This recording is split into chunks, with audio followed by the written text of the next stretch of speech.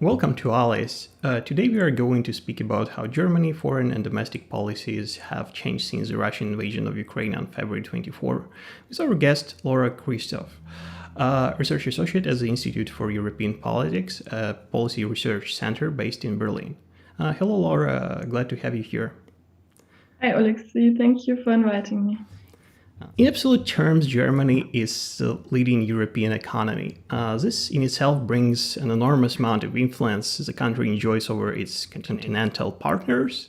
The influence that leads others to align their strategic goals to that of Germany, the exact way that in the past has led to mutual economic benefit. Yet, as instrumental as it is in shaping European commerce, post-Berlin Wall Germany is still not a political state in a classical sense. Due to a number of historic and social reasons, the German state has been discouraged from pursuing any kind of strategic ambitions. At least, this is what the general expert consensus seems to be. This in turn would explain the government's lackluster reaction to the Russian transgressions in Ukraine, where Germany concedes the leadership to other less economically potent states. When it comes to how Germany is perceived in Ukraine, its involvement alongside France in brokering both Minsk agreements is the most aggravating factor. The fact is that despite its supposedly neutral role since 2014, Germany has not only not eliminated, but grown its dependence on Russian energy resources, including authorizing the expansion of an already controversial Nord Stream pipeline. Moreover, at least to me, it seems that this over-reliance on commercial entanglement led to further accommodation of Russian interest, and is one of the aspects that enabled Russia to gather enough resources to expand its aggression further. And since this one instrument did not work, Scholz's government is now left in a trap of its own making, whereas it cannot react sharply for the fear of losing economic growth, and neither can it backtrack to business as usual, which appears, at least from the outside, to be the preferred course of action for the majority of political elites in Germany. So, naturally, with my first question, I would like to know how true my subjective assessment is. Does Germany, at least partially, admit its role in the failure to mediate the conflict? Yes, I think it does, but maybe not so explicitly. The admission becomes obvious when we talk about how Germany is talking now about how we should negotiate, and it says that, or the view that prevails now is that under no circumstances we should negotiate over the heads of Ukrainians. German politicians are very much aware that Minsk did not work, that it only froze the conflict, and there is an awareness now that the moment that Russia has or would regain its strength, it would continue where it left off. So for a long time, the Minsk agreements were seen as having no alternative, really, but now no one is talking about any continuation, Minsk 3 or something like that. And there were also some public admissions by some German politicians that they have made mistakes. And for example, the federal president Steinmeier has admitted his mistakes in Germany's Russia policy. He has it done, in my opinion, more clearly than any other social democrat, because he actually actively involved himself in that admission, because a lot of politicians have done something like that, but not a lot, but some of them. And but often it's along the lines of Putin has deceived us all, giving away the responsibility. When we're talking about energy policy, German politicians now finally have realized that it was the wrong policy, and that we have made ourselves vulnerable to blackmail. And the problem is now we have this dependency, and it just will take some time to change these things. Our Minister for economy and energy, Robert Habeck, is actively trying, and we are also agreed to the oil embargo until the end of the year. So there's a clear admission in that field as well, I would say.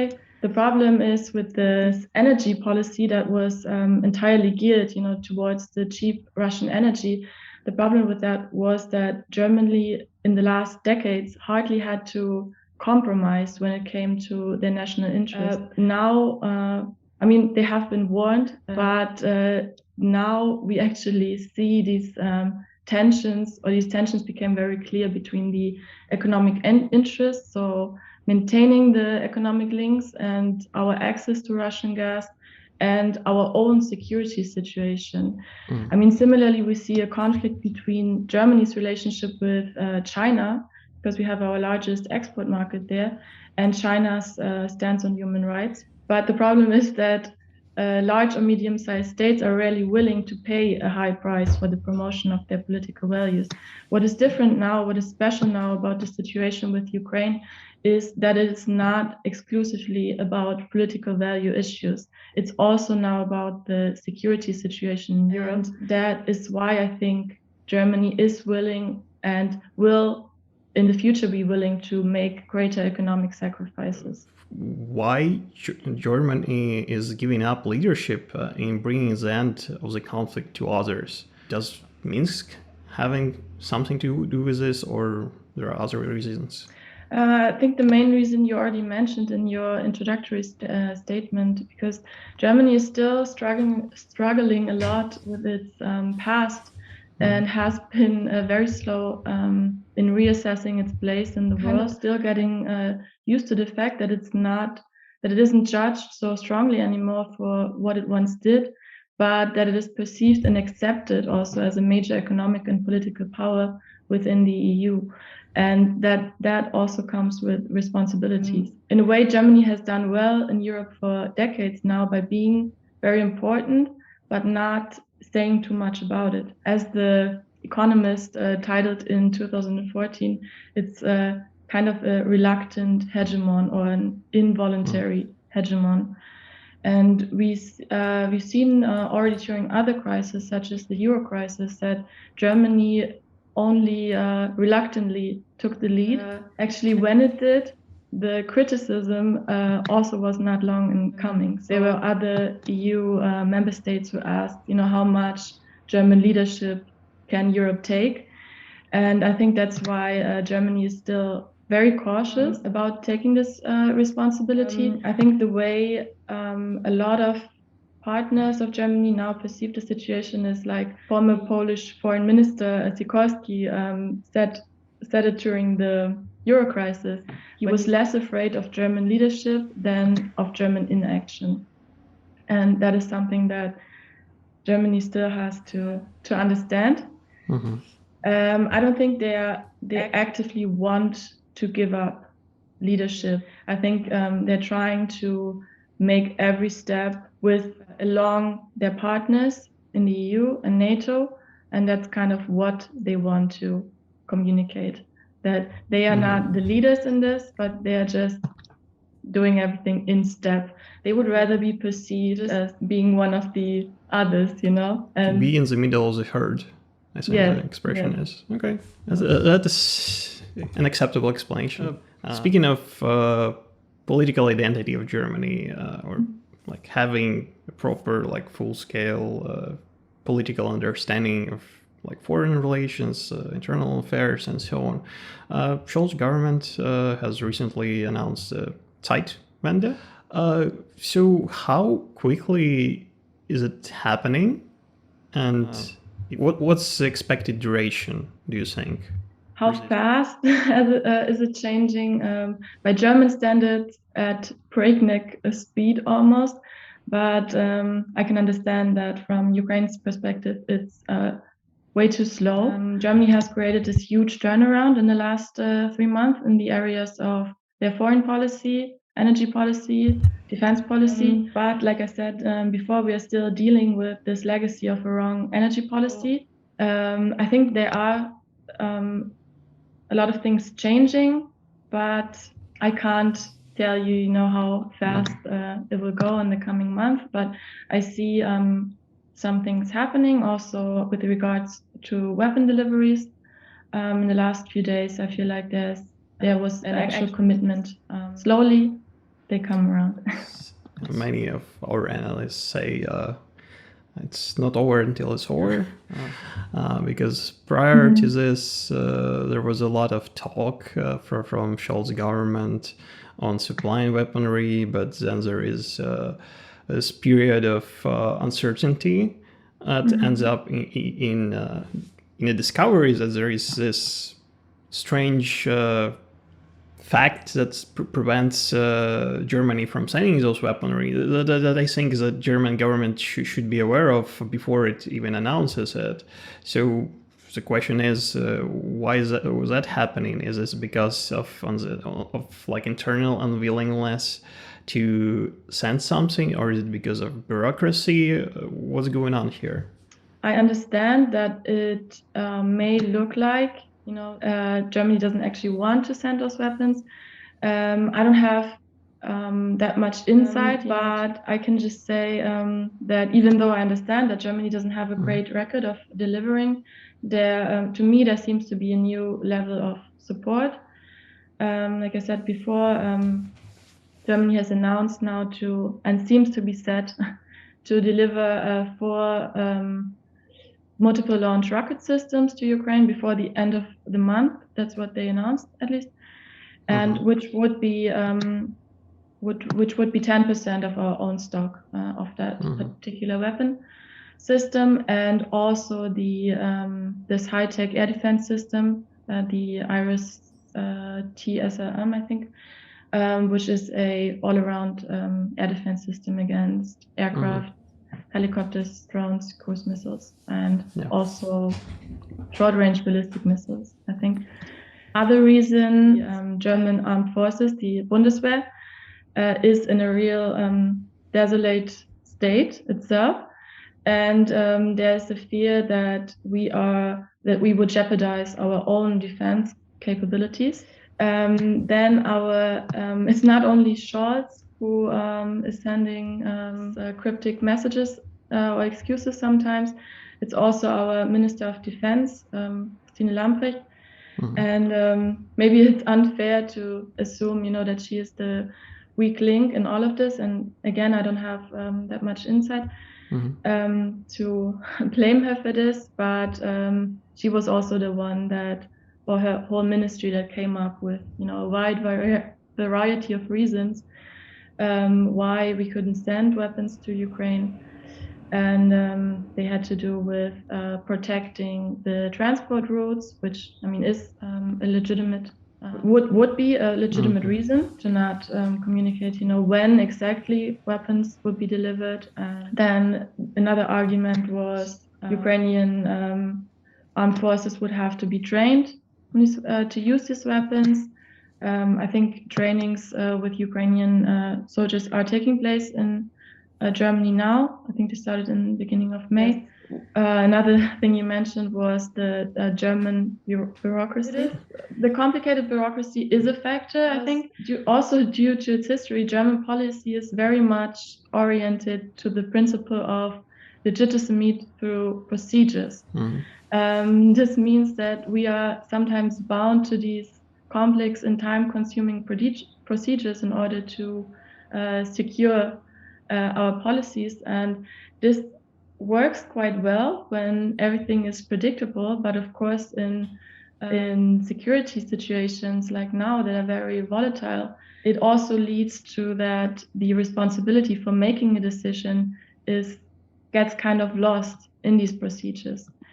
So I know that from the German arms industry, there were some suggestions on how to deliver weapons to Ukraine faster. And to my knowledge, some of these offers, some of these suggestions weren't even answered yet by the defense ministry. So things like that happen also for reasons of this complicated bureaucracy in Germany. So I wonder why German officials seem to kind of miss this idea of urgency Like, what's the cause for this? Because Germany doesn't have enough stock in Germany, or is it because some internal discussions or maybe bureaucracy again?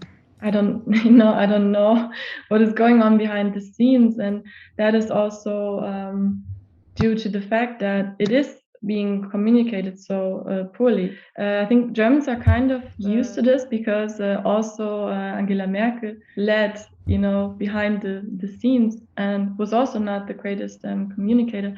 Now we have Scholz. I don't know if this cryptic communication is part of a strategy or if it's just clumsiness, or some sort of inexperience. Because German public is also divided on, it's almost like 50-50 divided on, not on the question of do we want to help Ukraine, as in providing humanitarian aid or even sending weapons, but especially on heavy weapons. German society is very divided. Problem is that even his coalition partners sometimes don't seem to understand what he is doing behind the scenes. You mentioned that Germany is picking up defense spending. I wonder how sound is the logic is that, like, if Germany is bringing in more money to supply Bundeswehr to protect the country from I guess Russia, China. How sound is this logic? Well, at least, for example, Baltic countries, they think differently. They think that if we can stop Russia and Ukraine, we can weaken it in Ukraine, then we won't have to spend as much money on security in the future. And still, I guess, German public is supportive of this decision, of this logic. Can you explain more? What's going on here? I think that 100 billion euro special fund, Zeitenwende in Germany, it was supposed to be a strong political signal to the German public, so that they would feel more secure, and also to the partners to say, hey, we are still a reliable partner. We are upping our defense spending. And I think that's the signal that they wanted to send. It's absolutely understandable in terms of providing security to partners within NATO. I know that Germany is quite active in the Baltic states, is quite active in defense of its NATO allies. As a Ukrainian, I keep on wondering why not to try and stop hostilities here.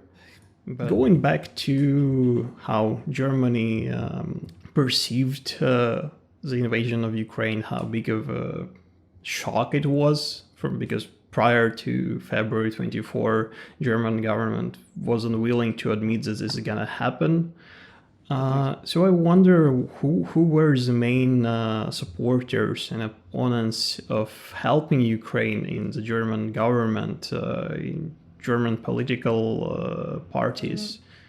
Generally, I would say that from the beginning, there was a consensus to support Ukraine, to help Ukraine, but there were some differences in what this help would look like. So the vast majority instantly supported, providing humanitarian aid, taking in Ukrainian refugees, and also economic sanctions. And there were some discussions on what kind of sanctions, but there was a general consensus that we need to do this. And opinions differ, especially on the supply of heavy weapons. From the 7 relevant parties that are represented now in the Bundestag, we have the governing coalition, so the Social Democratic Party, Olaf Scholz's party, and their core issue is social policy traditionally, but they have kind of gone through a identity crisis because they teamed up with the Conservative Party for the Grand Coalition under Merkel, and now they are in the governing coalition with the Green Party and the Free Democratic Party. And leading up to the 24th of February, it became pretty obvious that the Social Democratic Party, the SPD, has a Russia problem. And large parts of the party seem to be caught up in some kind of nostalgia dealing with Russia that you would actually expect to come from the left party. But that seems to be a problem. But of course, there are also politicians in the SPD that strongly advocated for more support for Ukraine and also sending heavy weapons. Then we have the second coalition party, which is the Alliance 90 or the Green Party. And their key plank has always been the environmental protection. And they always called for a tough, value-based approach when it comes to foreign policy. So they were highly supportive of supplying weapons and other forms of help to Ukraine from the beginning. And then the third coalition party is the neoliberal Free Democratic Party, the FDP. And they always called for upping the spending on international security. And they were always also very critical of Russia and China and wanted to intensify the transatlantic security cooperation.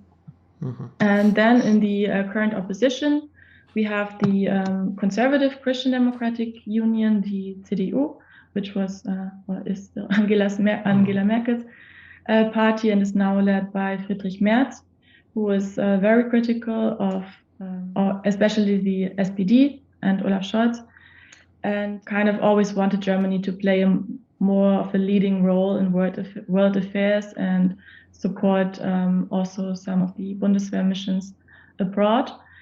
And they are now advocating for supporting Ukraine as well. And then we have the two other opposition parties, which is the far-right populist and Eurosceptic Alternative for Germany, AfD party. And they are against supplying heavy weapons to Ukraine because they consider it dangerous to send those offensive weapons into the conflict between Russia and Ukraine because they are worried about about the security of Germany, and they are basically saying this is the way into a powder keg, and we won't be able to control the situation. And then we have the Left Party, which has their stronghold in the former east of Germany, and they always advocate for more social justice, stronger market regulation, these things. And they are also the only party that rejects military missions abroad altogether. Mm-hmm.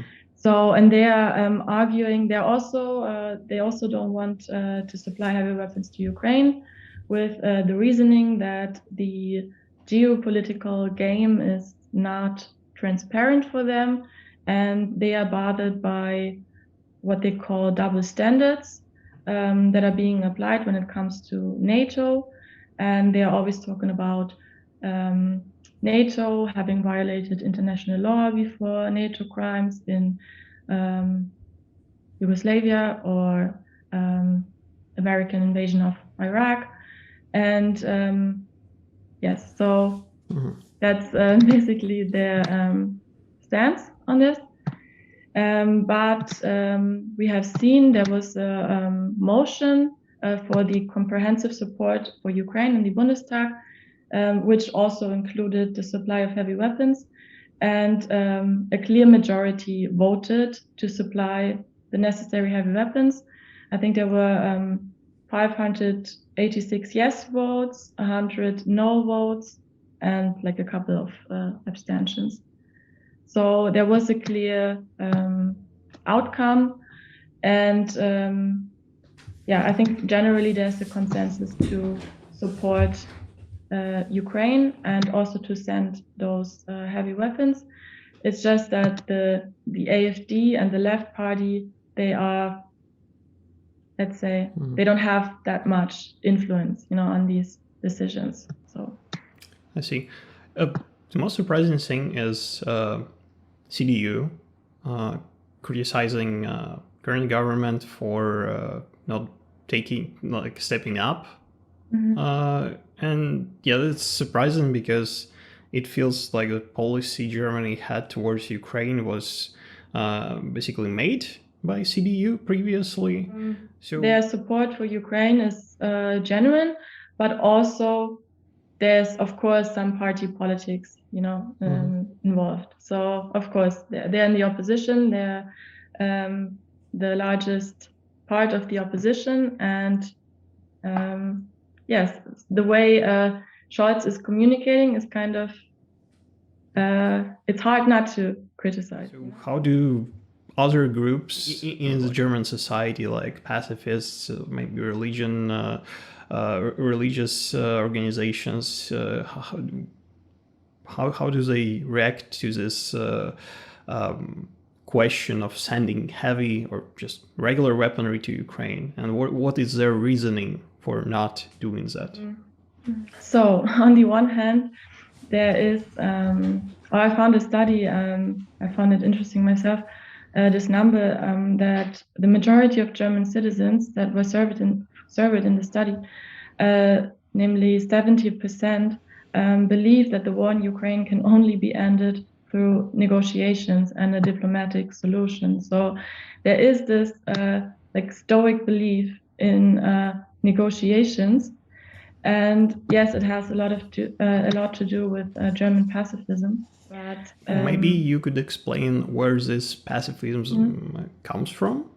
In the beginning, in the first days of after the invasion, there were some, or on the first day actually, there were some demonstrations in Berlin, and but it was a little bit weird because we have this German peace movement, and they were unusually quiet.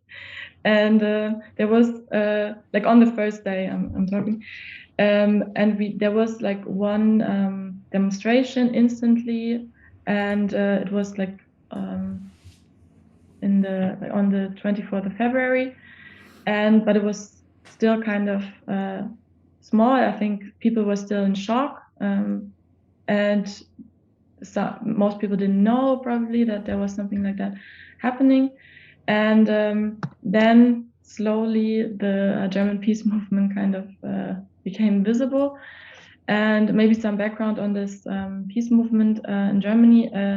It emerged as a reaction to, or as a moral political response to the Second World War, started by Hitler, but also as a reaction to the fear of a nuclear escalation back then.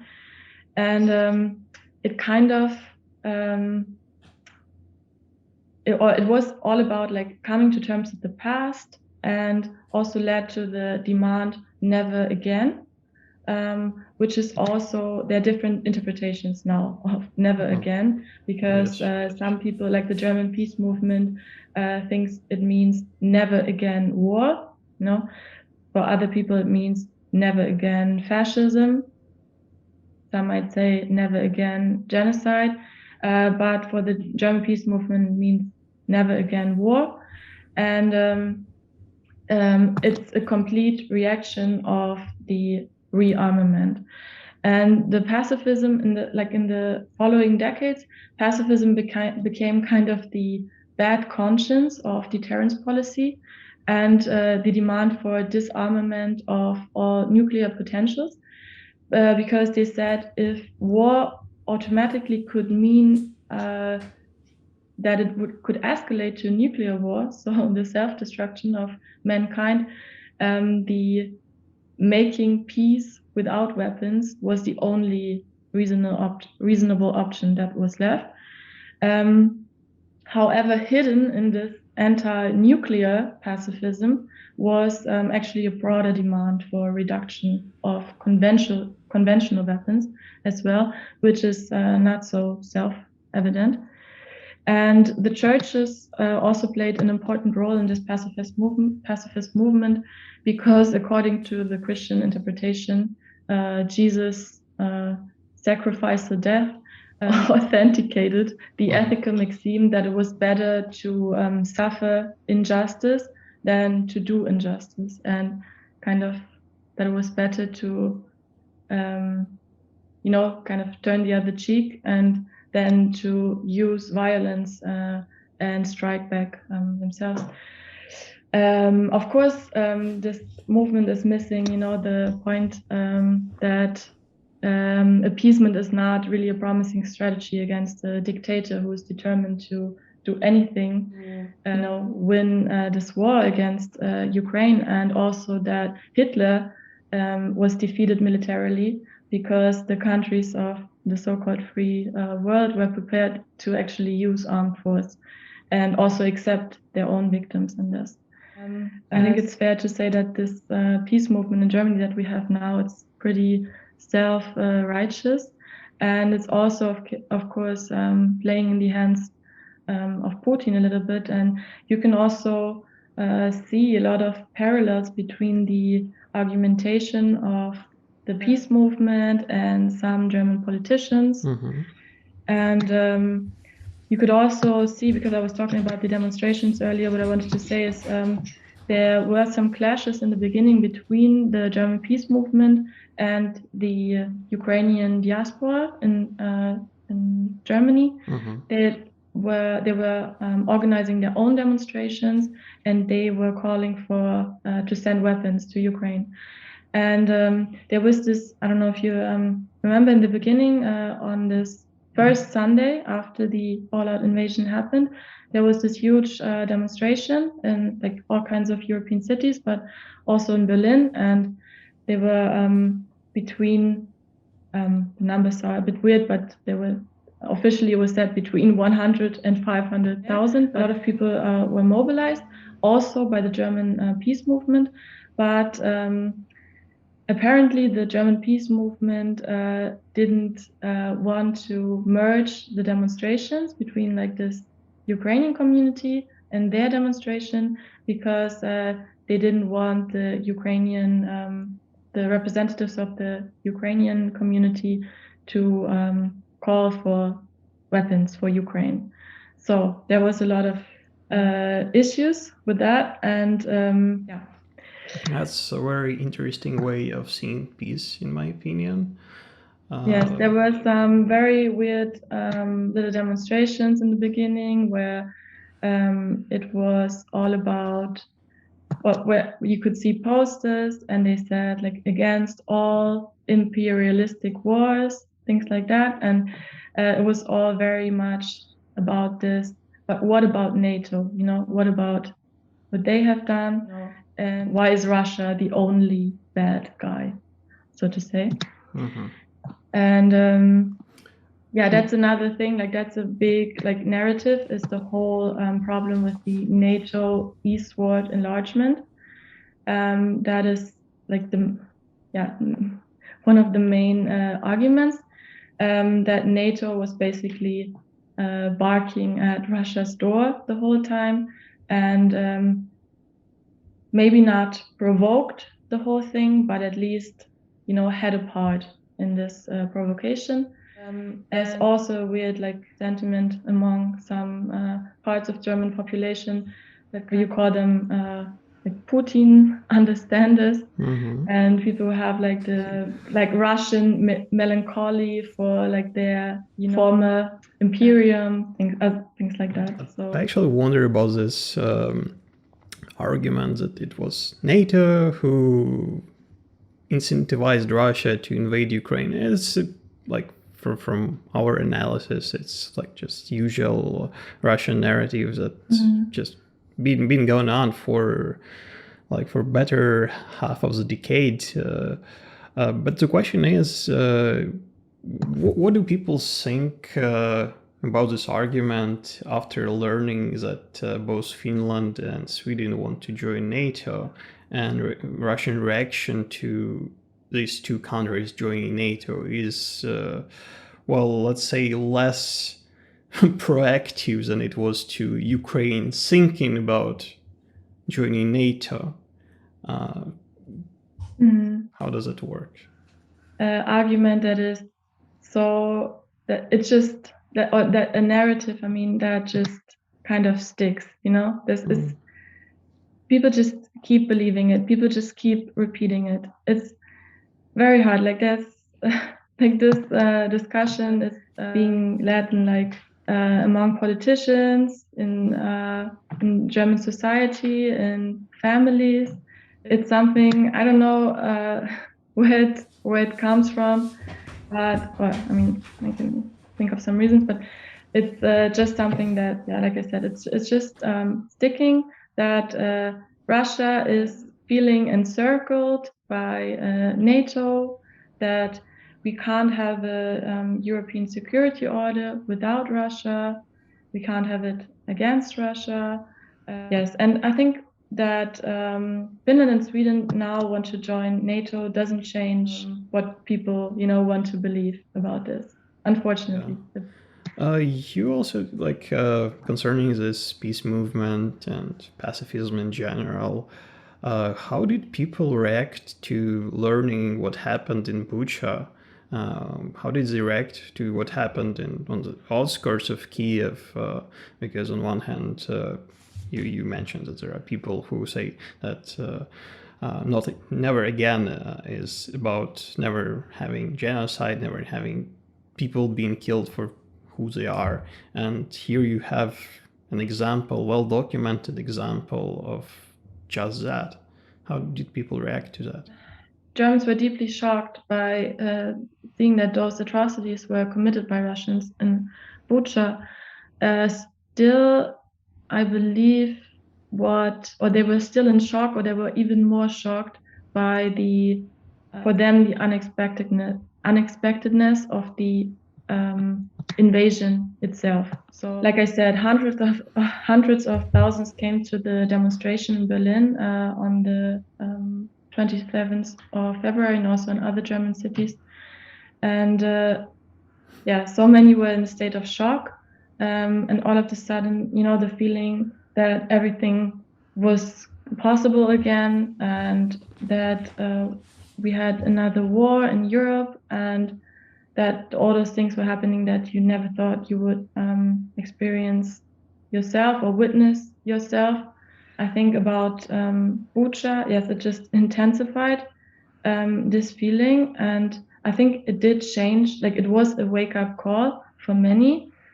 But yeah, some beliefs are very hard to, you know, to overcome if you believe them all your lives, and it still didn't change that some people believe all this about the NATO eastward enlargement. And I think it did change it for some people, but not for all. And there's also, like you mentioned, there's also a lot of, you know, disinformation in Germany, not about Bucha so much, but just there are some of these Russian narratives that have been circulating in Germany for many, many years. And it will just take a lot of time, I think, to sort it out. To sort it out. I wonder, like, if they've been circulating for many years, what are the, like, amplifiers, or who are the speakers who amplify this messaging? Are it like political parties, maybe some civil movements, or is it like Putin versteiners? Yeah, I think there are people, the so-called Putin understanders in all parts of the society. There was for example, there was a political talk show a few days ago that was discussed a lot afterwards, and there was a professor from a university in Bonn in West Germany, and she said that there's not only one war in Ukraine now, but there's many different wars, And one of them is like the Russian war against Ukraine, yes, but then we also have a proxy war between the US and Russia, and then we also have a civil war in Ukraine and things like that. So a bit crazy, or like very crazy. Yeah. But yes, there's still, and she's a professor, you know. And of course, like people who watch these talk shows, of course, there were other people who were arguing against that in that particular talk show, but others, you know, will feel, you know, validated in their beliefs that they have about the US, about NATO, and especially, you know, arguments like that coming from a professor, as in a respected person. And yeah, we have those people who still have those beliefs in all parts of the society, like among politicians, among intellectuals. We also had this open letter to, I don't know if you heard about this, but there's an open letter by some public German intellectuals, but also it was not all, yes, it was not all intellectuals. I wouldn't call them that. It was also some just like actors and public people. Yeah, and the initiative was by this feminist magazine, feminist political magazine, Emma and Alice Schwarzer. That's her publication, and and they also shared, you know, this kind of assessment of the situation, that we shouldn't involve ourselves in this war, and that we are playing with fire, that we can't provocate, you know, Russia anymore, all these things. So. And also there were a lot of signatories of that letter. I mean, there was another letter in response. Yeah, there's a huge debate about all of this, but like I said, some of these narratives really are. Yes, of course.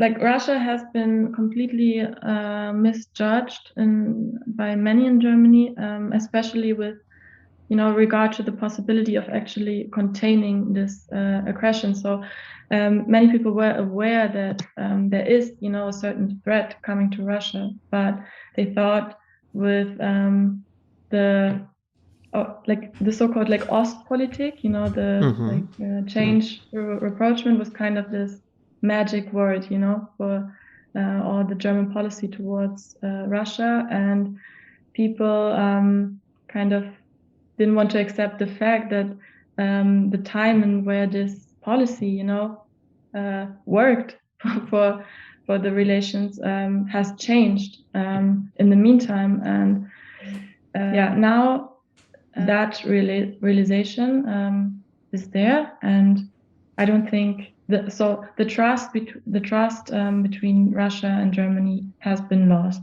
and it won't be just restored. Like so many things would have to happen, and I think that's at least the beginning, you know, for Germany to understand that. Speaking of East and West, like from my studies, I know there is difference between East Germany, West Germany. After merging up, there's still a lot of political differences between the two former states that are like constituting the Federal Republic now. So what are the differences in like support of Ukraine between the Ossis and Westies? Well, a lot more people in East Germany are opposed to weapons deliveries, and I think 57% of East Germans are opposed to that. And in comparison, only 39% of the people in the West are opposed. We were talking about the CDU earlier, which is now led by Friedrich Merz.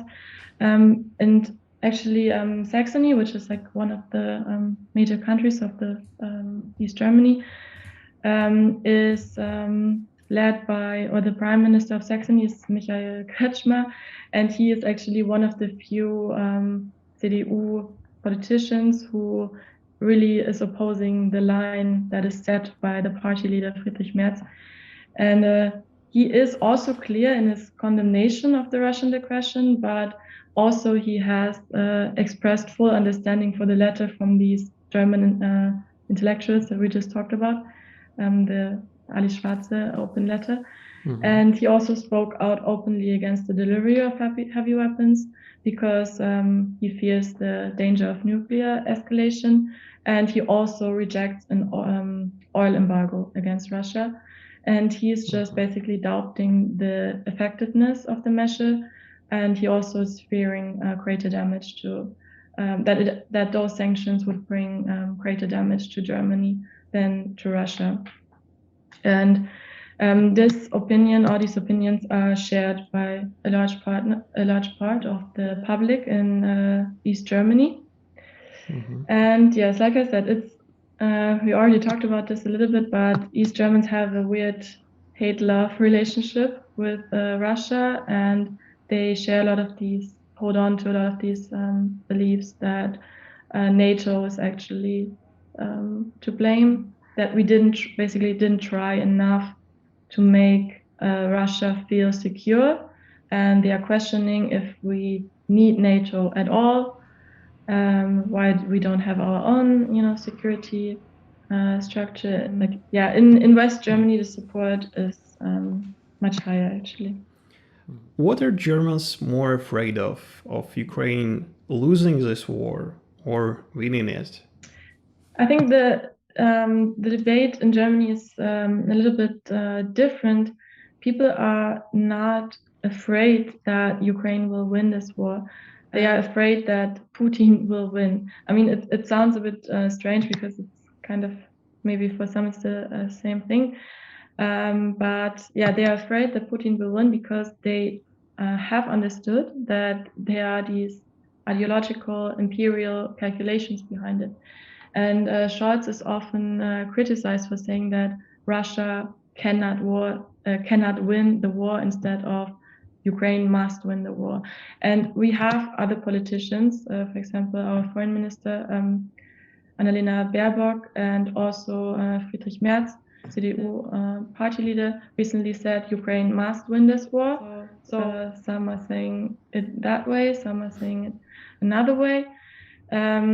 Why Scholz is saying that Russia cannot win the war instead of Ukraine must win this war is also, I can also only speculate, but he justifies it by saying that victory, is such it's like an open-ended concept, and that Ukraine must define its own war goal, and that Germany can only have a supporting role in this. When we talk about fears connected to that, of course, not knowing, I mean, whatever outcome we will have, it's not likely that we will have like a total defeat, or like a complete victory, and not knowing what is going, on what terms this is going to end. Of course, it produces insecurities and fears for many people. And how will our security situation be after that? Of course, but I think still there's a consensus that whichever way it is expressed, that Ukraine should win this war. There are growing voices in Europe, in Germany, also for Ukraine to concede territories or to basically accept some Russian demands. I realize this is because Europe and the West overall doesn't have any leverage in Russia except for natural resource supply that would hamper itself if they decide to cut gas. But of course, Ukraine is now dependable in so many ways on the West, on humanitarian assistance, on military assistance. So of course, there is leverage to pressure Ukraine into accepting certain terms, even though the politicians will of course go on saying that, yeah, Ukraine should go its own way, find its own way, and so on. So I wonder, does German society or somebody in German society generally thinks that there is peace possible as long as Putin is still in power? after Bucha, after the invasions that should not have happened in the view of Germans, as far as I understand. Is there peace with Putin still in power? I think a majority of German politicians and experts have understood that a negotiated peace with Putin is currently not possible. But to be honest, yes, there are also voices that are demanding to freeze the conflict, that say not enough is being done to have no negotiations, and also to give Putin a face-saving way out of the war in order to not, humiliate it too much. There are voices that are saying that, but like I said, a majority of people in Germany have understood that it's not the way out, to just, even if it was possible right now to freeze the conflict, that Putin would just continue once Russia has regained some of its military strength or capacities. The last thing I want to say maybe is that it's crucial to sustain popular support in Germany for Ukraine for the long run.